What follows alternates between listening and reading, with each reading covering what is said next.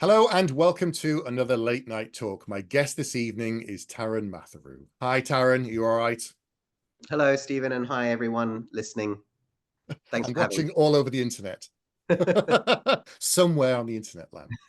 So, for those who haven't heard of you before or don't know much about you, let's go back and talk about your kind of origin story. What was inspiring you when you were a kid? What were you watching? What were you reading? What were you playing that fed into your imagination? Yeah, sure. I grew up in London. I was always a really keen reader. My school actually brought my parents in, and I was never in trouble at that time. And they were like, "What on earth? Why are we being brought in by the headmaster?" And he sat them down, and apparently he told them, "You need to stop buying your son so many books because he's not learning social skills. He's sitting at break time reading every morning break, every lunch break. He just goes to the library and reads, and we're worried, you know." And so my parents said, "Listen, son, you can read as much as you like at home, but at school you need to go and make friends." So, and I had friends, but I just preferred to read at the time. So yeah, anyway, I kept reading. Then hit puberty, became a teenager. Girls and other things became more interesting to me. Yeah. And I was still a reader, but it wasn't the way I was up until sort of the age of 12. Yeah. So, and I was writing as well.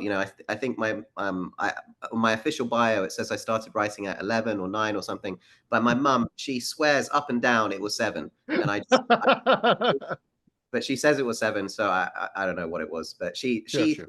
she still got a floppy disk with the first book I wrote on it. And every couple of years she says, "Son, don't you remember how good this was?" She's even like she's not the best like technologist, and she would take Google images of like then maybe there's like a grasshopper in the book, and she'll just insert like a grasshopper from Google Images and sent it to me as if that was going to help.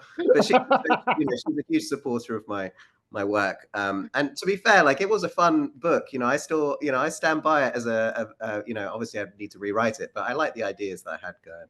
Yeah. There was like a civilization of ants that lived on a wizard's lawn, and they rode like bumblebees into battle and things like that. Nice. And there were these things called fuffles, which were a spell from the wizard goes awry, and it hits his collection of earmuffs, I think. Probably, probably read Harry Potter recently or something. And because I remember Dumbledore likes earmuffs or something. And they turn into these creatures that are basically like a fur ball with a tongue and two big eyes, and they like throw rocks with their tongues like a slingshot. Anyway, look, don't know why I'm talking about a book that not but that was what it was all about. Anyway, so I got to uni, studied business because my family's in the hotel industry and it's a family business. Mhm. So I thought I'd be helpful to my family in learning, business studies. And then on my final year, a sales director at Penguin came to my University of Bath, and he was basically saying to business students in a speech, and I almost didn't go to this thing because I was a bit hungover, but I chose to go, and my life would probably be so different if I hadn't gone to this thing. Because what happened was he was pitching, and he basically said, "Look, publishing, it's all like history grads, journalism grads, English literature grads. There's no sort of mathsy, businessy people sort of being pulled into publishing." And we need more people like that because Amazon was on the rise at the time, and Mm. they were having to do all sorts of new contracts. The internet had hit them pretty hard, and they were still catching up. Yeah. And that's what he pitched. And there were 5,000 applicants for 4 roles when I eventually applied to one of the jobs that were on offer, and I managed to snag one of them. And Nice. I worked at Penguin Random House, one of which was pitching to the like very senior people in the company about what my understanding of Amazon was, what its business model was, where I thought it was going in the future, and what to do about it. How can Penguin position itself Mm. considering this is Amazon's strategy and stuff. So that was pretty cool. And then my second project was basically Penguin Classics were not selling well in ebook, and they wanted to know why. That had actually been something that I'd identified myself in my job interview and said, "Your ebook's all over the place, especially for the Penguin Classics brand." And so they actually hired me specifically to do that one job as well.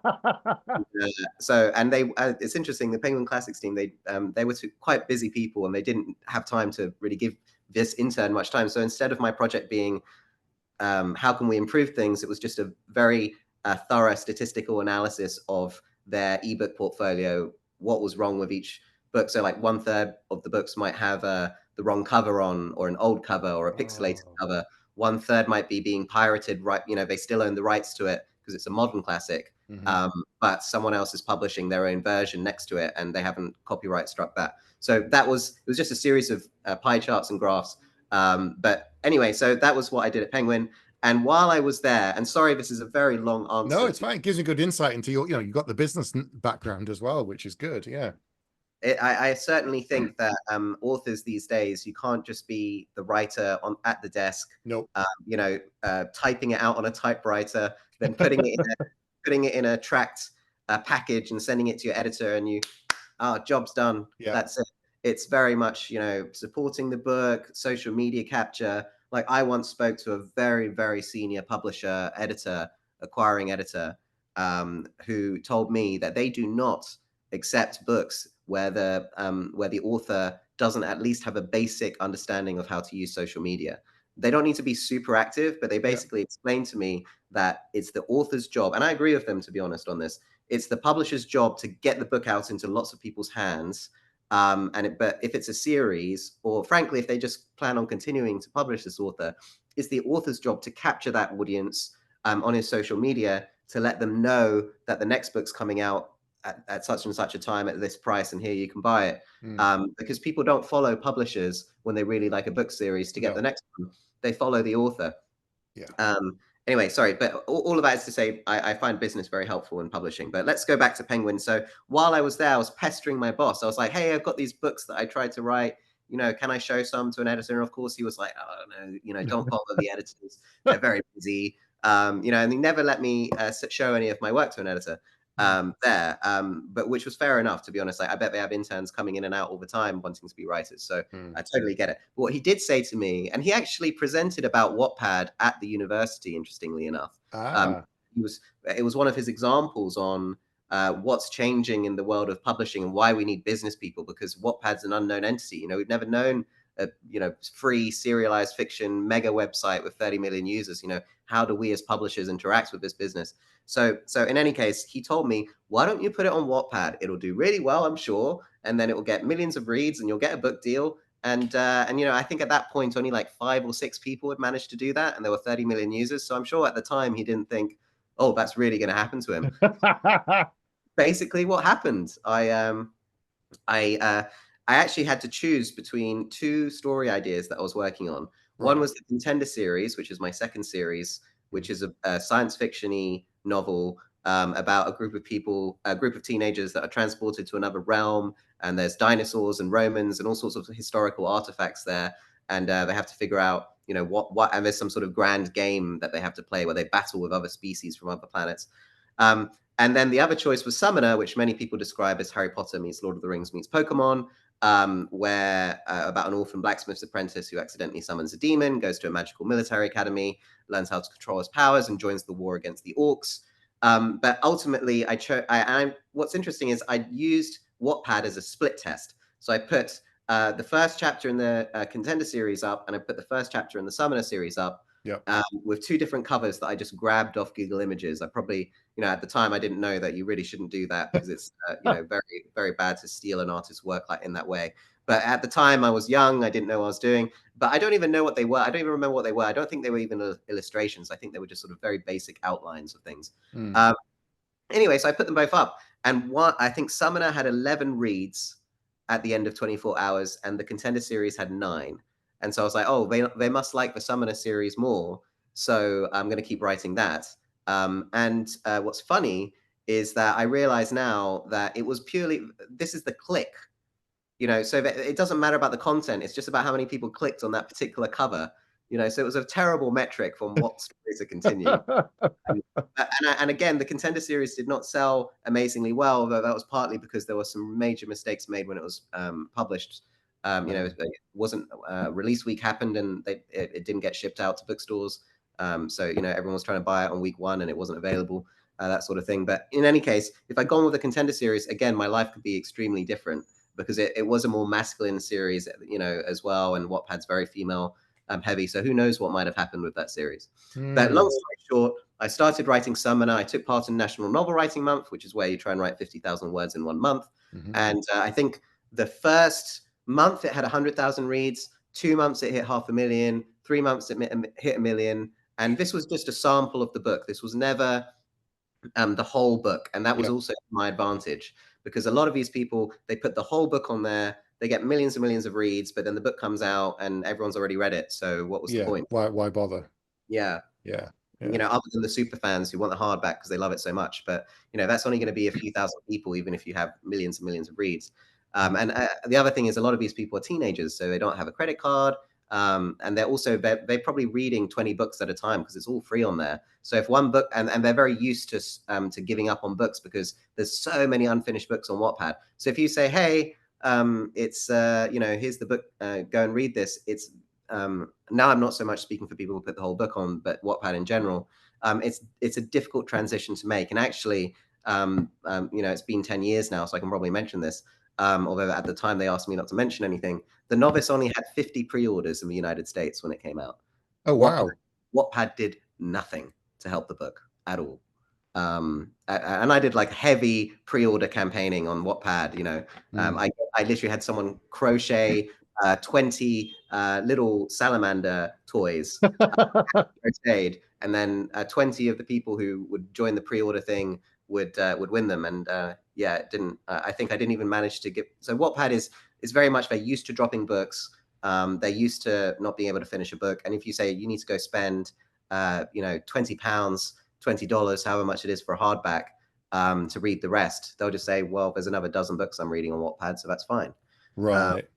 But anyway, so once I hit the million reads, NBC News, the journalist who was writing a story on the rise of serialized fiction, he happened to be see my book title pop up, and he contacted me and asked for an interview. So I did my interview, and the day after that, Audible got in touch. And the day after the article came out, which was just a very brief mention, and the article came out, and Audible offered to publish my audiobook the day after that article came out. So it did help.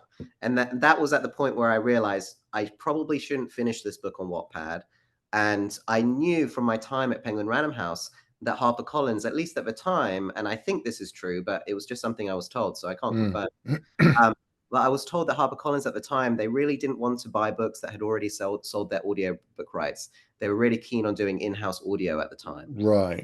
So selling my audiobook rights would wipe out one of the big six at the time. Now it's a big five or big four now. Big five, I think. It's five now. Yeah. Oh, no. Yeah. So it was big five. It still is big five, but there was going to be a merger that was blocked. It was blocked. Yeah. And the US blocked it. Stephen King and a bunch of other people said this isn't in our benefit. Even you think it is, it isn't. It's not going to help anybody. And it got blocked.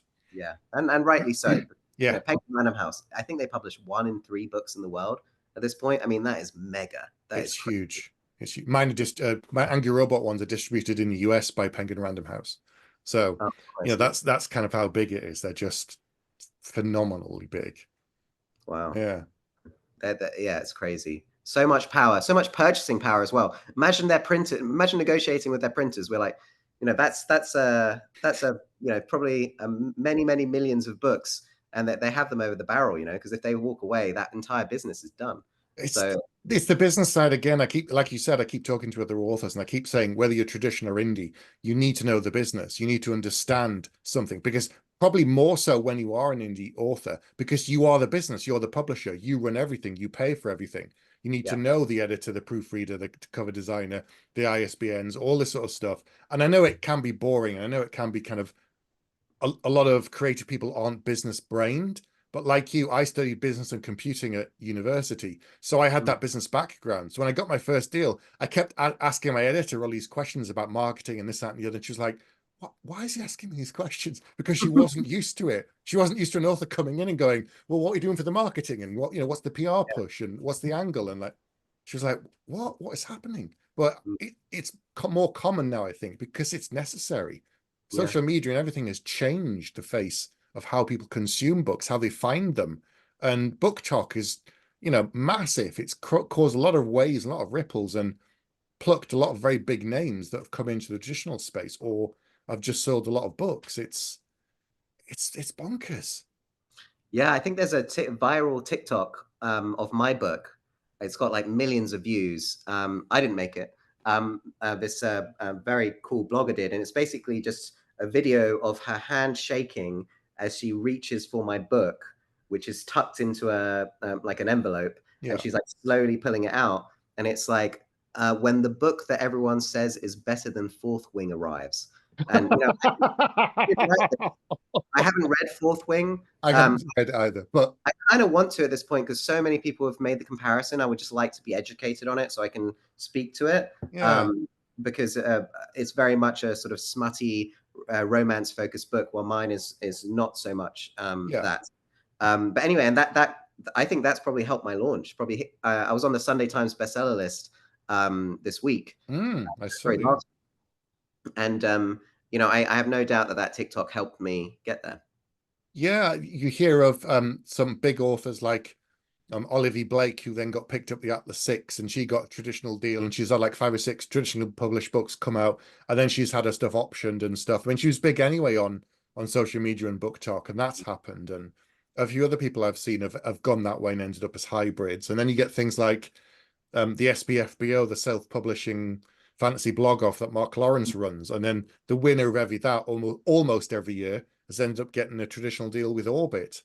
So there's so much crossing back and forth, but it's a lot of focus on business, and I think it is a struggle for those who don't have that business background to Yeah. navigate publishing these days and being an author, because it's just so difficult. There's so many misconceptions.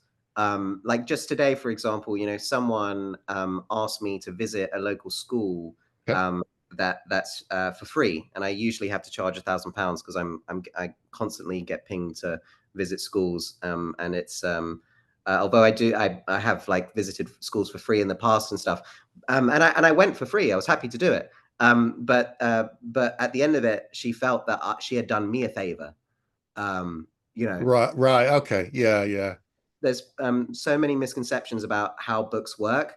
I get so many people, family, friends, will come to me and they will literally say to me, "I've got this amazing killer idea for a book. You write it, I'll tell you what to write, and we'll do 50-50. No, 60-40. How about that?" What? So there's so many and frankly, what the thing that depresses me the most about misconceptions with publishing is the metric that so many people use to judge whether you're a success or not is, have they made a movie? Right. Yes. Yes. And if they haven't, there's nothing you can say that will convince them that you're a proper author. They'll No. just think you're playing at it or something. And it's just, that's not how it works.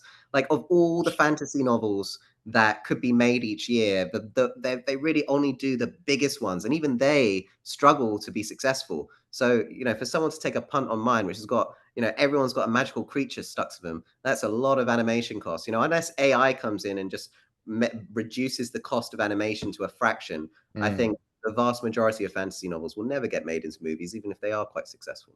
I think like Joe Abercrombie, he's been optioned like every year for the last 15 years or something, but nothing has been made. I think the funniest story he said, I think you're talking about whether or not something's been made, is he went to a dinner party once and someone said to Joe, he didn't know this guy, and they said, "What do you do?" And he goes, "Oh, I write fantasy books." And the guy said something like, "Have you, written anything I might have heard of?" Wow. Joe's just like, That's always the question, isn't it? Yeah. he didn't want to be like, Sunday Times bestseller. I've sold loads of books, but they had no idea who he was. So it was very it's grounding, but equally it's like he's doing quite well. He's very comfortable. He doesn't need another job. He's writing, and that's all he does for a job. So, but I haven't Yeah. made it a TV show or a film, so therefore, Yeah. you know. Well, I think for me as well, I was published quite young. I was published at 22 years old. Hmm. And my father, he's in the hotel industry. I end up running into a lot of, very successful business people, and having to introduce myself. And, I was a full-time author for many years before I started working for my family and launched my own publisher. Yeah. So they would ask me, what do you do for a living? What are you working on? And I would say I'm a writer. And frankly, the reaction I got every time was, "Oh, you're a lazy so-and-so who lives on daddy's dime, makes no money, and pretends to be a writer and has never finished anything or never been published." And then they'll say, "Have you had a book published?" And I'll say, "Yes, I have." and they'd say, has it sold well? And you're like, I think so. You're like, Yes. and they're sort of trying to gauge, are you, that stereotype that I just gave you, Hmm. that is me, that it's immediately trying to figure out if that's who I am. Am I that lazy so and so? And frankly, no matter what you say, you could say you're a Sunday Times bestselling author or a New York Times bestselling author. That really helps, to be honest. But there are some people who just think you just don't really have a real job, do you? So it's there's so many misconceptions. You're absolutely right, and that is troublesome because many first time authors will Mm. have those same misconceptions actually, Yes. about what it is to be published. And sorry to talk so much, but No. Good. while I think of it, I work as a cover director for Portal Books. So I run a small publishing house that specializes in genres of lit RPG, cultivation, and progression fantasy. Hmm. And it's one of the reasons why my new book, Dragon Rider, is a cultivation magic system, because I've spent so much time trying to evangelize the genre, especially in the traditional space. I've so far utterly failed. Um, Right. no one in traditional publishing wants to hear about lit RPG or cultivation. They just don't get it. They just don't.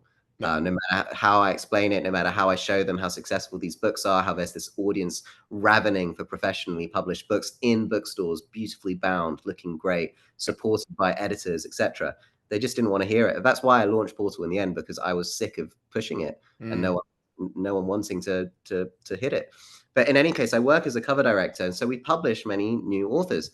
And the expectation of authors in terms of their covers is so varied, and they never really have a full understanding of the fact that the publisher has complete control of the cover, and you don't really have a say, and any input they get to have is considered a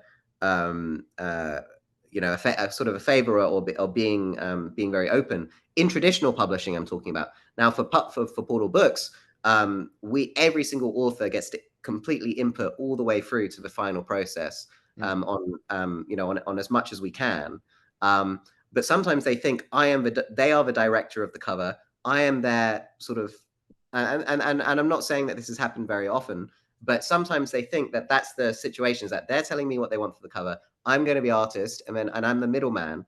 But as Right. opposed to me taking their ideas and trying to shape it into the most commercial cover possible, Mhm. because also authors have such a poor understanding of what helps sell books. They'll want all 8 of their main characters on the front cover, and it's just a mess. It's too I say, much. even the Marvel movies, when they have to show off all the actors, it's just their face and nothing else. Yeah. Sort of fading in with a purple or blue or yellow light on it. Hmm. But it's their faces because they're famous actors, so you can do that. But for characters that they don't even know, it's just going to be a blob of people with a mess of weaponry and things, and there'll be no proper silhouette when someone's looking at a thumbnail on an ebook.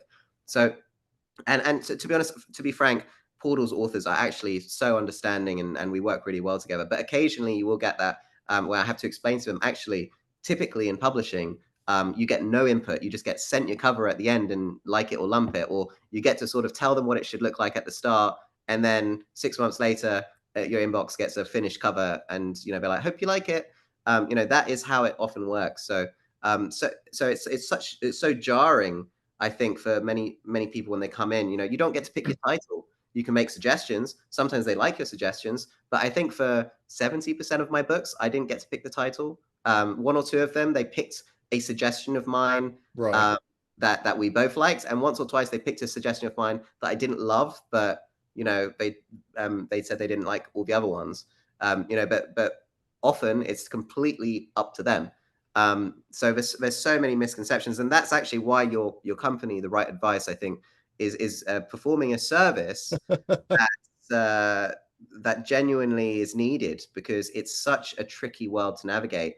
And to be fair, in traditional publishing, it is typically the agent's job to help guide you through it if you have an Yes. agent, and that's great if you have one. But before you have an agent, it's a complete, you have no idea. There's so many resources, but they're all conflicting, Yes. and some of it's outdated and then repeated, or some of it's the blind leading the blind, where it's some author who's had a very small book deal. It's quite unusual. It's a very small agent. It's not the Mm. traditional thing that would happen, but they're giving advice on what their experience was, where it's more specific to them rather than an overall experience. So It's I commend you for providing that service to people. thanks. It's important. I think I've been fairly lucky then because I've had input into most of my covers. We've gone back and forth, and I've given them feedback. Titles are more difficult. Sometimes they've said it's too close to something else, or it's too similar, or it's too vague, and we have tweaked and played around them. The only books where I've kept the exact title have been the new ones only. So the Mhm. Judas Blossom, which was last year, and the Blood Dim Tide was this year, and the third one, which hasn't been announced for next year. I kept the titles on all three because they're so unique, they're so different, and they're not the king of, sword of, crown of. They Yep. went, ooh, you Google that, it's almost like the second thing ever that comes up when you Google it. And the publisher was like, good, right, unique, we'll Mm. have that. So I'd been thinking about it in after a while, going, okay, what could we have that would stand out? And it worked. But normally you're right. It's a lot of negotiation. It's a lot of kind of bouncing back and forth with stuff, Mm. especially on the cover design. It's Yeah. Well, we shared a title at one point, didn't we, Stephen? yes. We both have a book called The Battle Mage, which I think came out very close together as well, wasn't it? It was like a 6-month gap or something. Mine was 2015. Yours was like, when was Probably yours? around then, Yeah, 2016 maybe, or 2024. yeah, It was less than a year's gap. I remember that. yeah, And I was asking them to change it. I don't know if you were, but I was asking. I was like, let's change it. You know, yeah, there's yeah. you've got the same agent. They didn't care at all. No, no, And to be fair, it didn't harm it. I think, but no, no. But then, like, someone else has brought a book called Battle Mage out since, and there's things like Battle Mage Farmer and things that have popped up now, and I'm yeah. just like, what? It's so strange. People keep coming to me, and I'm like, I don't write that one. That's not me. That's someone else. Yeah, it does happen. So my first book, The Novice, was about a commoner who goes to a school primarily populated by the nobility with magical powers with a hood on the front, and it's called The Novice by Trudy Canavan. And uh, my book is also called The Novice. And I remember I would go into bookstores because I wanted to sign it and I couldn't find it, or my publisher had asked me to check if it was there or something. And I'll go, have you got a copy of The Novice? And they'd be like, yes, we do. And they put me over to Trudy Canavan's book, and Oh shit. yeah. So because it was very successful at the time, and the I can't remember what they were called now, but they're very successful books. So Black Mage series or something like that. I can't remember, but yeah, she's very popular. mm, I guess which you did the Summoner series and you did the Contender series, and then now you've come back and it's your first adult fantasy novel, which I have a copy of right here. Here's the broken binding version of Dragon Rider. Look at that with yes. gorgeous red sprayed edges. It looks It's, so good. it's hard to pick a favorite. I would say that the broken binding one, the sprayed edges, are probably my favorite. Although the Waterstone Special Edition with its rainbow edges are pretty cool as well. But I think from a personal taste perspective, I Black would as say I well. prefer the sprayed edges. Oh yeah, And that's the cool. black on the back as well, and the dragon. It just looks so good. The detail on the dragon, I love I that. think there's still a couple available of the broken binding ones. I'm not sure. I think they held some back. So There's if not anyone, many, but yeah, they were going very, very fast. So tell me about Dragon Rider. It's your first adult fantasy novel. yes, it is. It's a difficult thing to when you're thought of as a teen fiction author to then write adults, Hmm. particularly because a lot of people have a little bit of a prejudice against young adult novels because it's so female dominated and Hmm. because it's so heavily tropey in some parts of it, with tropes that perhaps aren't as well loved in the adult fantasy space. But I think that's changed in recent years, primarily because a lot of these young adult readers have now graduated to adult fantasy Yes. when YA came out, and actually, it's having huge knock-on effects on. Iron Flame, for example, has a lot of tropes that would be quite YA. I mean, it even takes place at a magical school of sorts, I think. So um, trends are changing and stuff. So it's actually not a bad time for me to move to adult. But I will say that there are people who will assume that it's young adult. Like for example, I got my first 1-star review on Amazon today, and it was, how could it have so much gore, swearing, and nudity in a young adult novel? And it's just like, well, it's not young adult Oh, though, not your and you adult. can't respond to comments to be like, by the way, I don't know what you thought, but it is tricky. But it is an adult book. It is with a younger character, because that's just what felt natural to me for this character. Mm. Those are the kind of books that I like to write. I like to write fish out of water, coming of age stories about young people setting out on a new adventure. I don't really like writing characters who have already established themselves Right. in a situation and then they go on a different journey. I really like to start with this beautiful blank slate of a person who's, they'll obviously have some character traits, but I really like the journey of someone going from perhaps being shy, not very confident in themselves and their actions, and by the end of the series, they've established themselves and they've achieved what they needed to achieve. They've become the person that they wanted to become. Mm. Not always, and not always completely, but that's the journey I like to take my characters on. And yeah, it's a cultivation dragon rider fantasy, both of which are having a resurgence at the moment. Cultivation, it's been big for a few years. It's now sort of tailing a little bit, but it's Right. still very popular. Every time Will White, who's the #1 cultivation author, puts Hmm. out a new cultivation novel, it blows up the genre and everyone comes back to cultivation. That's really cool.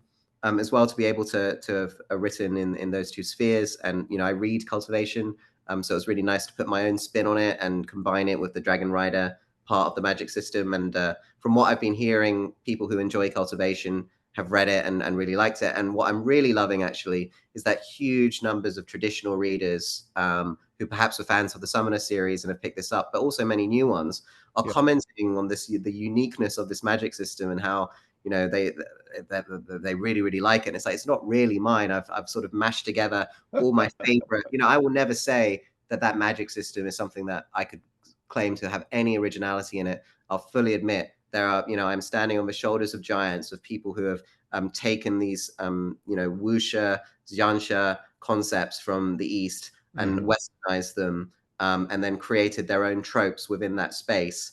And as a genre, created a new genre. And what I have done really is I've cherry picked my favorite aspects of cultivation, Right. blended them together, and then mashed it up with a Dragon Rider sort of bond as well.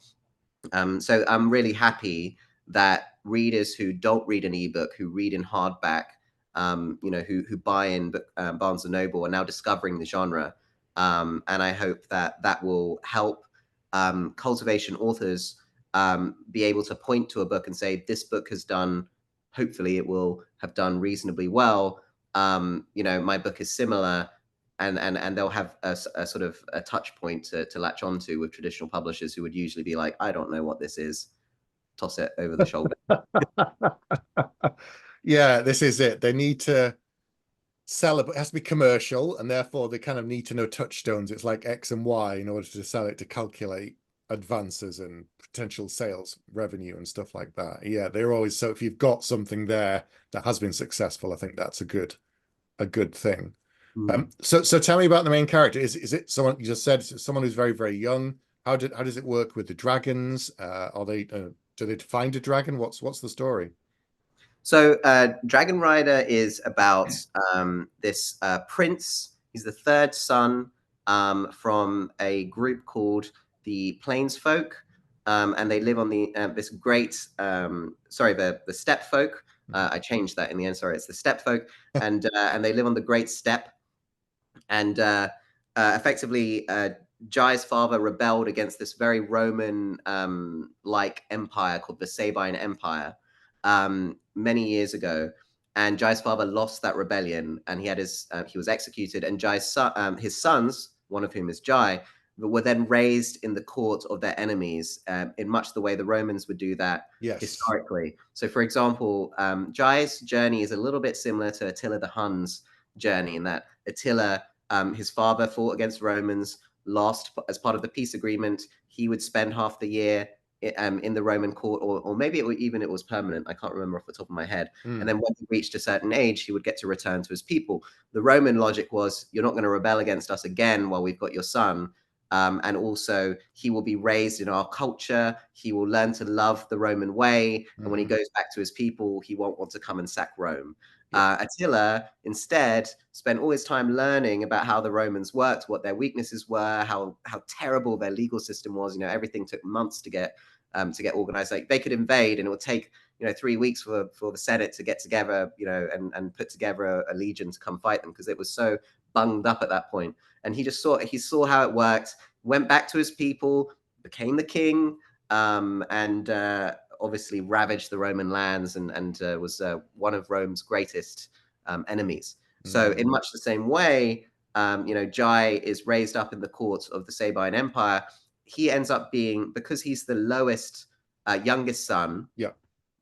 He's put in the position of, and also his mother was a courtesan, supposedly. So again, he's not. He's more of like a slightly illegitimate, although in this world, Right.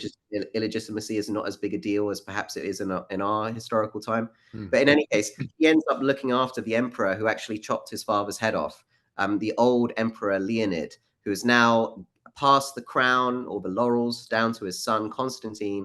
And Leonid is now this very old, sort of disabled man who is really struggling with his health.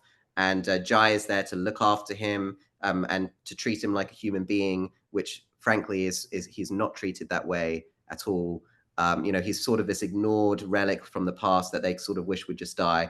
And Right. Jai, even though Leonid killed his father, destroyed, basically created this massive empire, and effectively created this sort of that what in my books are known as the fettered, which are a slave-like group. They're prisoners of war who then have to work forever after they've been captured. So in this world, if you're a war captive, you become fettered, and that's your lot for your life. So in any case, he's with this emperor, and he learns from him basically. He learns the military tactics. He picks his brain. He plays a sort of form of chess with him on a regular basis, and he reads all his military journals and all his books and everything. So he becomes a bit quite tactically minded. And sorry, I'm perhaps going into too much detail here, but suffice to say, political machinations happen, and Jai ends up on the run with a baby dragon, and the Sabine Empire are hunting him down. And there's a red wedding type scene, which books is known as the Black Rehearsal. I totally get. It's a nod of respect to George R. R. Martin, rather than me saying, "Oh, the Black Rehearsal is just as original as the Red Wedding," or anything like that. It's just a little tribute to him, really. But there's that sort of scene, and there's also and so the Dansk, that are like a Viking-like people, they're supposed to be marrying into the Sabines to make peace between the two kingdoms, and they bring dragons with them as their dowry. And Jai manages to get hold of one when everything falls apart, and he goes on the run, and it's all about Jai returning to his people, taking up the mantle of leadership, and returning to revenge his people, and becoming a leader. And that's about it, I think. I talked a bit about the magic system, I think. So I'll leave it there. Yeah. Okay.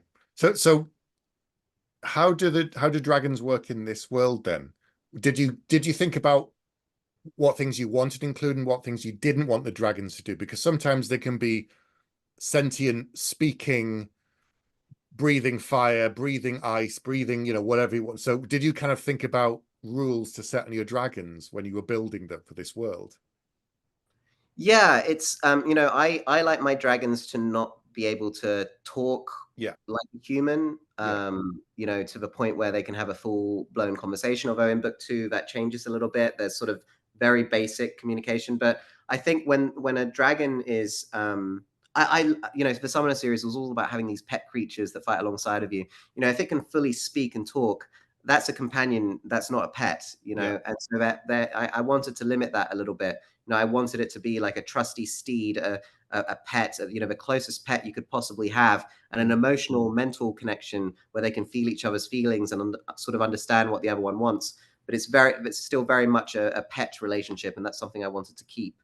In terms of fire breathing, absolutely something dragons in this world can do, but they have to reach adulthood to be able to do that. And Jai's, a lot of people, they have the dragon grow up very, very quickly if they get a dragon egg.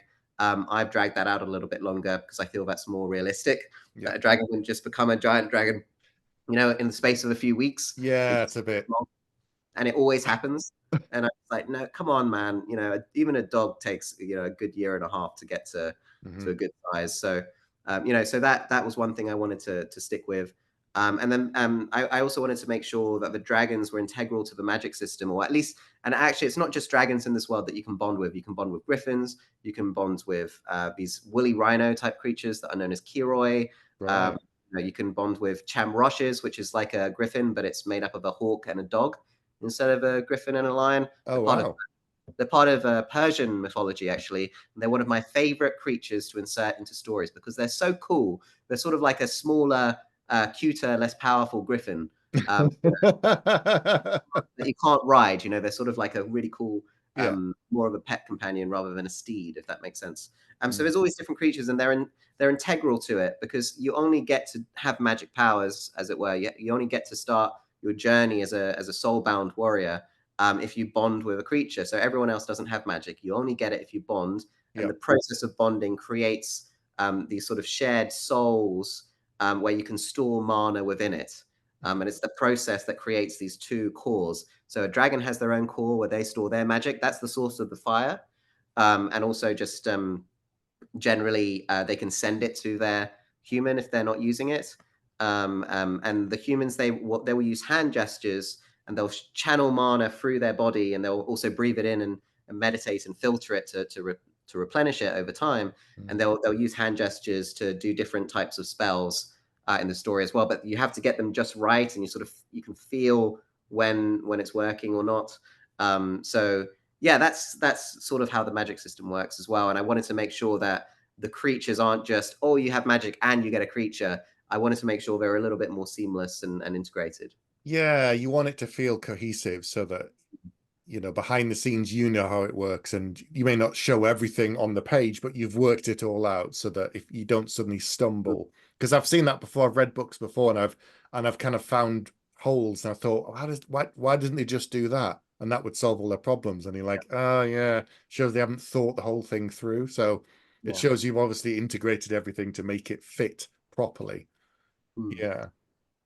So Thank did you have any challenges with writing this compared to writing your other books? Were you kind of holding back at any point and then going, well, hang on, it's adult fantasy. I can write whatever I want. I could put more whatever you want into this book. So, in young adult publishing, I always was sort of instinctively making my characters not very romantic or Right. sexually minded. And that was just something that I got this feeling from my publishers. I can't really put my finger on why, but Right. every time the characters became romantic, they would sort of push back and say he was being too aggressive or too um, it was just difficult to get it right Yeah. for teen fiction. Maybe, I don't know. So up until that point, the romance had been very light, and it was more about a friendship that culminated in a kiss at the end of the series. And here and then there's a little bit of will they, won't they. So the romance is still there, but it's very PG-13. Now with the books that I've written, my editors were like, you are now an adult author. If you feel a sex scene is appropriate and it would happen in real life, you put that in there. If you feel someone would naturally swear, you need to have that swearing. If there's nudity in the book, put it in because that happens in real life. And I have done that. And I certainly feel like I've succeeded because the reviews I'm getting are not. This feels like a young adult novel. Right. In an adult setting. People are certainly saying people have read my Summoner series and my Contender series, which, by the way, are quite violent and graphic in their own right. Mm. They say, this is a adult book with adult themes and the sort of more gray and nuanced characters that have, you don't know quite what to think of them and whether to root for them or not. People like Jamie Lannister type characters, where at the beginning Mm. of the series you hate him, then you love him, then you hate him again. And it's not. Hopefully, that's not a spoiler. No, Um, it's 20 years old. It's fine. yeah, you never know. There's always someone commenting, "How could you spoil that?" Fine. Yeah. But yeah, no, it's fine. But yeah, so I think that's great. Yeah. Sorry to No, keep it's rambling. fine. So book one is out now. Are you working on book two at the moment? Well, you should know this, I Stephen. know, but like, how far ahead Um, are you? yeah. Sorry. So I perhaps my publishing schedules have been different to yours, but generally, when book comes out, book two has to be written and ready. for my publishers. So yes, it's finished, and I just got edits last week, and Right. I have until the end of the month to make those edits. But they're you know, with book one, there was quite a lot of working, you know, with the editors to change certain things here and there. Right. They definitely massaged it to make, and it's absolutely helped improve the book and got it to where it is. Yeah. With this one, I feel like I've got it. I've learned a lot from the sort Right. of things that they were feeding back on. Yeah. You know, more romance, more grittiness, more adultness. You know, that's coming to me more naturally now. So with book two, it's a very straightforward edit, very straightforward, which is really good. But it's also very incisive. Like it's really sorted out some good things. But yes, so book two is written. I tend not to start book three until book two's like sort of first round of edits are back. Right. Uh, because well, firstly, I always wait for the edits to come in first, just in case they're like, we need to change the ending to book two, and then you've wasted all Mm, sorts of time writing book three's beginning. But generally, and then it's like, well, you've got your edits now, so get those out the way, and then you can come back. And then if they go away, if I send it back and they're like, okay, we're going to take another month and send you another round, then I'll start book three. Generally, that's how it works. Yeah. right. Cool. Cool. Mhm. So you've got more events coming up this year. I know you're at Chimera in June, and yeah, I guess hardback is out. Paperback will be out in a few months' time, and I'll put Yeah. links down below where people can, find your website and your social media and everything. People can find where you are and what you're doing in the next few months. But yeah, I'm excited to read this. I have my copy now, so it's here. It's on my to read pile. It's ready to go. And Thank you're welcome. As you said, there are a few copies left at Broken Binding, but probably not many. So you're gonna have to be quick if you want one. And you. My understanding is that a lot of my European fans have been buying my special editions, and so in the war, like Broken Binding and the Waterstones one. So the war of the US and UK for Europe's favorite edition. I think the UK has won that, or at least Broken Binding has. That's for sure. Definitely. yeah, the cover's fantastic. I really like the UK ones. I mean, the US one is good, and we talked about this, a figure versus no figure, but I think I just maybe it is just because I live over here, but yeah, I do prefer the UK one. But Yeah. anyway, well, thank you for coming on today and for telling everyone about your journey to publishing and giving some business advice too and knowledge too, because it is so important these days for being part of an author. I keep stressing it to people. You need to know about this stuff too. You can't just rely on writing the book anymore. Absolutely. It's totally different. Anyway, And right? Go help on. yourself, right? Yes, it's Yeah. true. It's true. You really do. You really do. All right, everyone. We'll say goodnight now, and we'll see you later. Good night. Good night.